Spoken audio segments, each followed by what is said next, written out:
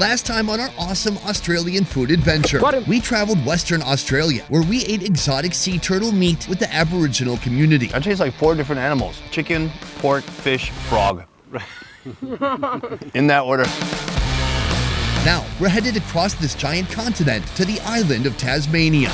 This island state has a population of only 500,000, but it boasts some of the most impressive edible wildlife anywhere. On land, possum is a very dense meat, so it does need a nice, long, slow braise. It's like better than pulled pork. How? And in the sea. Nothing better than just eating something that you've caught. Today, we're on a mission to explore what creatures lurk in the pristine waters that surround this island. From marine life caught by hand, It's one of the best meat textures out there. to a large-scale seafood factory processing thousands of pounds of ocean meat per month. How popular is eating shark in Australia? This succulent seafood lover's dream begins right here on the coast. Gentlemen, thank you for being here today. We have an absolute treat for you guys. We have been out on a hunt, a couple of days out at sea, about 50 kilometers offshore at one point, and we have gathered some fantastic Tassie treats for you. This is Tim. He works as a director of photography, and Chris here is a retired veteran. They each have their own YouTube channels where they showcase a passion for diving and thrilling adventures around the island of Tasmania. So catching all this stuff, are you using the same method? Pretty much, we're both diving on a compressor, which is a hose running to us underwater so we can take our time down there. Yeah, you're gonna use your hands down here. We can't use any utensils, no spears, nothing like that. So it's purely just with your mitts. How many creatures are in both of these eskies right now? We've got 3 unshucked abalone in here and about 4 shucked abalone. We'd have 8 odd crayfish in here. Dare I say it's the biggest crayfish or lobster that you've shown on your show so far. Gentlemen, I think it's time for some show and tell. Let's get into it. Okay. Our first catch is a worldwide luxury product, and the best of its kind can be found in the coastal waters of Tasmania. This is the black lip abalone. These sea critters are masters of disguise, blending in with ordinary rocks. But once you spot one, all it takes is a flick of the knife to pop it off. And what we've got here, Dude, that is a huge ass abalone. Soon, we'll get a taste of this opulent delicacy. Pound for pound, the abalone is one of the best meat textures out there. It's so dense, it's like a goat heart. That's a pretty good catch. yeah, absolutely. All right, let's close it up. Yeah, I'm so excited for this one. Tim? Alrighty, well, this is a full day on the water. I really hope you enjoy the size of these ones, and they are just so beautiful. We love these creatures down here. You've hyped this up quite a bit. Now, we've set our sights on the grand prize, the infamous Tasmanian rock lobster. As Tim and Chris dive deeper, the temperature plummets and sunlight fades. Our target is a hide-and-seek master, using the rugged landscape to stay out of sight.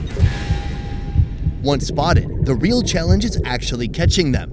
Without hesitation, you must zero in, make your move, and grab it.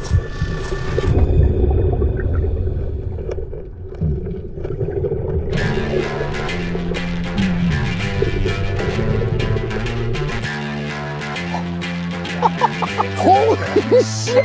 What? That's about a 3.5 kilo cray. Dude, that is crazy. That's easily the biggest crayfish I've ever seen. With a seriously tough shell and the ability to regenerate lost legs, this creature is not just a feast for the eyes, but a delicious conquest for those who dare to pluck it from the salty depths. Wow, gentlemen, you've outdone yourselves. This is fantastic. I cannot wait to see what kind of delicious food this gets made into. Let's do it.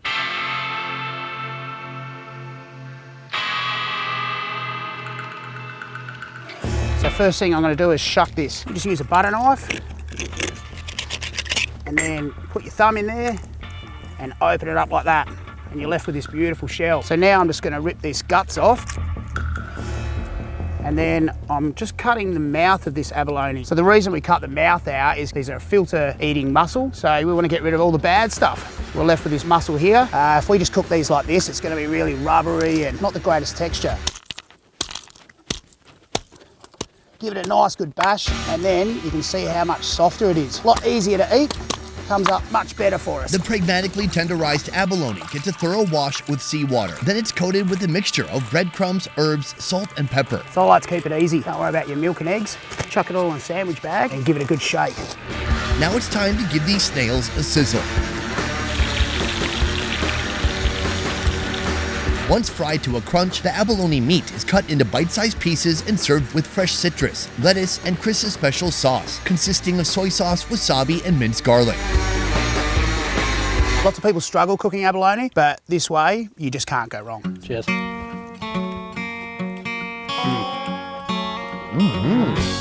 It's a steak of the sea, really, isn't it? Absolutely, yeah. I'm surprised how tender it is. His tenderizing method actually works quite effectively. Now, I do appreciate the dense texture of abalone, but this is nice too. It's just a different take that I've never experienced. It falls apart in your mouth a little bit more. Where'd you pick up this recipe? So I actually created this just by being lazy. Yeah, it's one of my favourite ways of doing it. Nice and easy. You know, if you sort of wrap it in the lettuce, give it a bit of a dip. Look at that, that's just bloody perfect, I reckon. That's like Korean barbecue. There you go.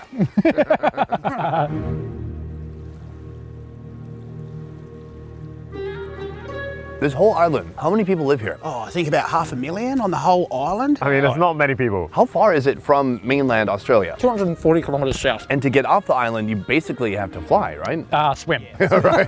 That's an option too. So that makes this island really unique because even though it's part of Australia, it's not that close to the mainland. And so over time, it's going to develop maybe a little bit of its own culture. How would you say Tasmania is different from mainland Australia? The beautiful thing about Tasmania is that there are so many untouched gems here. Tasmania, unlike mainland Australia, offers a journey back in time with its untouched wilderness and dramatic landscapes. It's a realm of rugged cliffs, dense rainforests, and relentless southern ocean waves, standing in stark contrast to the more familiar scenes of the Australian outback. The whole uncharted, untouched, that's a big thing for me. So yeah, it's a really good place to sort of grow up and spend your years, I reckon. We have one more course remaining. Fresh Tasmanian lobster roll.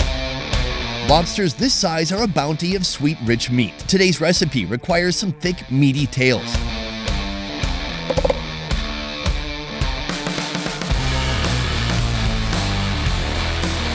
Alrighty, so what we're going to do here is cook these tails for about 10 to 15 minutes. It's such a beautiful white sweet meat and it's unlike anything else from the ocean. Straight on the barbecue.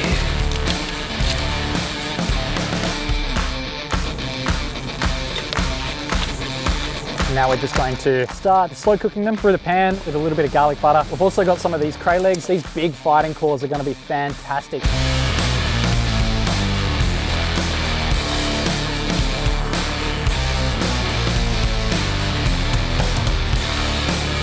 Now for the build. Smear on cream cheese and make a bed of chopped lettuce on which the lobster meat can rest. Get it? It's resting on a bed. Oh, fucking clever. Finally, drizzle some tangy sauce on top. This looks gorgeous. What makes it Tasmanian? I made it, and I'm Tasmanian. Yeah, that's what I assumed.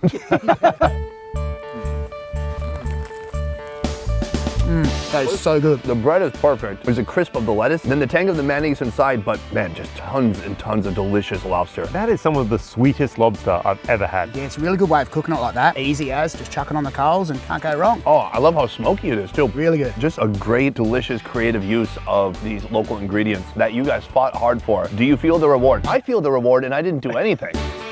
Nothing better than just eating something that you've caught. Yeah, I think it takes you back to that primal instinct of us. You know, I believe we're all animals in some way. So, you know, go catch your own food and then eat it like this. It's just perfect, isn't it? And we've still got the legs to get into it. Well, let's do that. There you go. That is wild. This is what you don't find on many lobsters. So this is an example of getting it in one piece. Sort of comes out like that, Just go straight up. straight down the gob. Oh my God. So sweet, succulent, delicious. Still juicy. A little bit smoky. I'm so curious, can anybody catch what you're catching here? How does that work? You need a license to be able to fend for yourself with these guys. Tasmania's flourishing seafood scene is attributed not only to its lively ecosystem, but also to the community's conservation efforts. For example, Tim and Chris are only allowed to catch 2 lobsters and 10 abalone in one outing. Back in the day, like my grandfather, he'll tell you stories about him just out the front here when there was abundance more of these creatures. So the numbers have decreased that much. It has decreased, but over the last couple of years, conservation has kicked in and the population are coming back quite strong. Both of you have channels that are focused on Australian outdoors, on catching seafood, on wildlife. For each of you, what is the goal with your channel and what kind of message do you hope to get to your audience? My channel is called Tascast. I teach people how to catch the fish that I catch and to remind people of conservation on those fish at the same time to make sure that we can fish into the future. My social media channel, Tassie Adventure Man, and I predominantly do a lot of outdoor and underwater adventures. So a big part of my life and my social media is PTSD, anxiety, mental health. So I think it's really important important for people to see that if you are having some of these illnesses, then you can still have a good life. Yeah, I'm just an everyday bloke, so do what I do and you'll enjoy it. The best thing as well about everything that we do is it gets you out in nature, and to me, I'm the best possible version of myself when I'm on my boat fishing with a rod in my hand. Gentlemen, thank you so much. This has been incredible. It was good to get a little taste, and we got actually a lot more than just a little taste. And then from here, we're going big. We're embarking on a 3-hour drive across the island to its capital, Hobart. Here we'll tour a family-owned seafood factory where they do it all, from catching and processing to distributing to restaurants. We're here to indulge in some unexpected local favorites like shark meat. Oh gosh, that looks lovely. But first, a quick tour. We love seafood, is essentially what we do. Our guide, Jock Muir, third generation of Muir's Fishing. We fish probably pretty similarly to how you would have been down on the beach. We use hooks, but instead of one hook on a rod, we use auto long lines, set 500 metres deep, and we catch fish like Lula Trevella. Why hook the fish and not throw out gigantic nets? For us, it's all about quality. Hook caught fish, you're not getting that pressure on the fish. In a big net, if you're catching a ton of fish, you've got a ton of pressure pushing down on each fish. Ruins the flow. And you ever have other countries intruding on your territory? New Zealand, Japan. Do you have cannons on your boats? No, not quite that bad. It's all friendly. For now. We're excited to see the rest of the factory and everything that happens here. I guess we could start with this. What is this station all about? This is our main processing floor, so some of our team started at 11:30 last night and they'll work through to about midday. Easter week this week, big week for us. Remember those giant lobsters from this morning? Well, Jock has a literal boatload of them right here. First of all, how big is your biggest lobster? We'll have a few about 3 kilo fish. We got a nice big one there. Yeah. To fill this gigantic tank, Jack orders lobsters from contractors all around Tasmania. Instead of catching them by hand, they trap the spiny crustaceans with baited cages. Cray pots is what we call it. South coast of Tassie, west coast of Tassie, east coast, you can catch crayfish all around Tassie. The one in your hand right now, if you had to guess, about how much would that cost? In a fancy restaurant, you'd probably be paying $600, I reckon. It's a lot of money for a meal, and I guess it's just so much work to get these, right? The demand for them can go through the roof, and that's what drives the price up really high. Fantastic. All right, let's keep moving. I want to see what else you got. Not a problem. Fish and chips is typically made from cod or haddock, but Australia is not a typical place. And in just moments, we'll be trying fish and chips shark style. So this is a mako shark, probably 70 kilos, I reckon, gilled and gutted. Mako shark is a lightning-fast predator high up on the food chain, capable of reaching speeds up to 45 miles per hour. How popular is eating shark in Australia? They aggressively feed on a variety of marine species, including other sharks. Fish and chips, everyone wants flake, and for most Australians, flake means shark. Gummy sharks, school sharks are very popular. Mako sharks up there as well. Any market for this right here? Lots of Asian markets love the fins. We don't do much of it ourselves here in Tassie, but we do send a bit over to the Melbourne markets. Are you targeting to fish these, or is it considered bycatch? This is a bycatch for us, so a lot of our bycatch non-targeted fish is still really good usable product like this shark here. Before we dive fork first into our impending seafood feast, how about a tantalizing teaser? Welcome to The oyster room. Mixed prison. This is the Tasmanian Pacific oyster. These oysters, nurtured in the cool and nutrient-rich southern and eastern coastlines, are a sought-after delicacy worldwide. How many are you shucking a day? 200 to 300 dozen. 300 dozen is 5 million? What is the secret to effectively shucking an oyster? Every oyster's got a muscle at about 3 o'clock. So I go in there, turn my knife up to cut the muscle off the top lid, and then you scrape down to detach it from the bottom shell and flip it over and turn it so it's ready to eat straight out of the shell. Wow. And he's doing that once every 6 seconds. This guy's a machine. That's really good. It has a natural sweetness and a natural saltiness to it, and it's a nice size. I used to think bigger was better with oysters. Incorrect. Really good condition these oysters are at the moment, so they're a beautiful oyster. Very nice. Super delicious. The only thing better than a lobster is another lobster, though instead of grilling, this one is steamed with a fleet of his friends. Here, an industrial-sized vat receives a collection of lobsters that steam for about 30 minutes. Normally, after steaming, they'd be chilled and delivered to local restaurants. But for us, they're cut in half by Chef Nathan, the mastermind behind 3 of Muir's seafood restaurants. With the addition of lemon and homemade aioli, this dish is complete. Oi, gentlemen, this looks outstanding. The first thing I want to start with is this right here. Go for it. This thing is meaty. There we go. Wow. That is half A lobster tail. We have a lime and coriander aioli here. Aioli is like mayonnaise for rich people. Cheers, enjoy. Oh my God. Oh, it's delicious. This is so juicy, it's plump. I wonder if it's because of the size. Is there like an ideal size for a lobster? They're all pretty good. I think the general public leans towards the smaller size. They do say when they get older, they get a little bit more tough, but it's also a high cost item, so people may go for a smaller size one. That's what I would do. I would get the smaller one and be like, well, they taste better, actually. What is the difference, would you say, between this kind of lobster and something like Alaskan lobster? The European or the Alaskan ones are a lot more refined in their texture. They're not as densely packed in with the flavor and the muscle structure here. I think these ones are a bit more of a wilder, kind of stronger sea creature. Yeah, this is very dense. It's got a bit more bite to it. Yeah, it's a longer chew, yeah. Course 2, an exhilarating encounter with a mako shark. Blend plain flour, self-rising flour, dock cider, salt, pepper, tarragon, and fresh dill. Coat the shark fillet in plain flour, then a layer of the batter. Immerse it in sizzling hot oil until it transforms into a golden masterpiece with a crunchy batter that sings with flavor. To accompany the shark, plants. I'm gonna crack a piece of this off. Oh gosh, that looks lovely. I'm always so fascinated by shark. The idea that people would even eat shark was something I didn't realize till I was maybe in my 30s. Cheers. Wow. That's really good.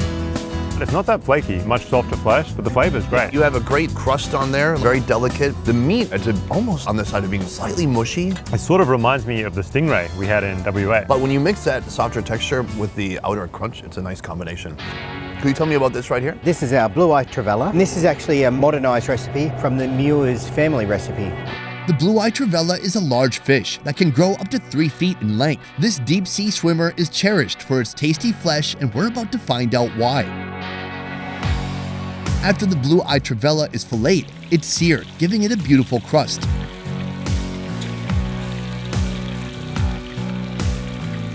Baste it with tarragon-infused butter, then transfer the fish to a baking tray. More butter, then let it finish in the oven. Time to build our plate, starting with some delightful plants. A velvety lemon tarragon sauce and Tasmanian salmon roe. The fillet also gets a drizzle before tapping in. Finish off with olive oil and a crispy trevella skin cracker. Oh, that's so good. Completely different texture from the shark. It's so meaty. You get these big scallops of a flake. It's got a really sweet flavor. That little bit of citrus and the creamy tarragon goes well with it. Oh yeah, this is excellent. Mix that with the cracker, mix it with some veggies. Wow. It's really a famous table fish for Tasmania right now. It's really versatile. So you can put it in a curry, you can pan fry it or grill it or barbecue, whatever you want to do with it. Oh, it's like the tofu of fish. Here in Tasmania, you guys are super blessed. This is ridiculous, the amount of different kinds of seafood we've tried. What's your favorite kind of ingredient to work with here? I think the blue-eyed trevella is one of the most approachable fish. Also the lobster and abalone and things like that. We have a great variety of seafood down here that you don't get up on the east coast of Australia or far north. We get a lot of native coastal ingredients. Even on my drive to work, I'm using just some local sea asparagus that are just in the little river system, and I can see that just pick some with the scissors, and they actually go on a couple of the dishes in the restaurant as well. There's food, and there's a whole food trail everywhere you go in Tasmania. It's so abundant with life, with sea creatures. There's just so much here, yet only 500,000 people live here. Do you have any idea why that is? We try to keep it a secret.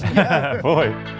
People complain about the cold, but I've lived here my whole life, so I don't know any different. But it's beautiful, it's stunning. I wouldn't want to live anywhere else. And I've grown up diving for crays and fishing with Dad, and it's such a good lifestyle. The last thing I want to know is, in spite of everything you do have here for food, are there foods that can't quite quench the palate of the people here? Are there things you have to import from other parts of Australia or other parts of the world, especially when it comes to seafood? Prawns. Our water's too cold for a reliable prawn fishery down here, so that's a big hole we have to fill. And definitely some vegetables. All in all, we focus more on the seasonality and the local produce down here because there's enough to put on menus, there's enough to go around all the supermarkets. Yeah, I got to say, we just came from Western Australia. It's completely different. The geography, the climate, the weather was brutal, hot, humid, and the same with the types of food you're going to find is completely different too. So it's been refreshing to see how much diversity there is just in going to these two places in Australia.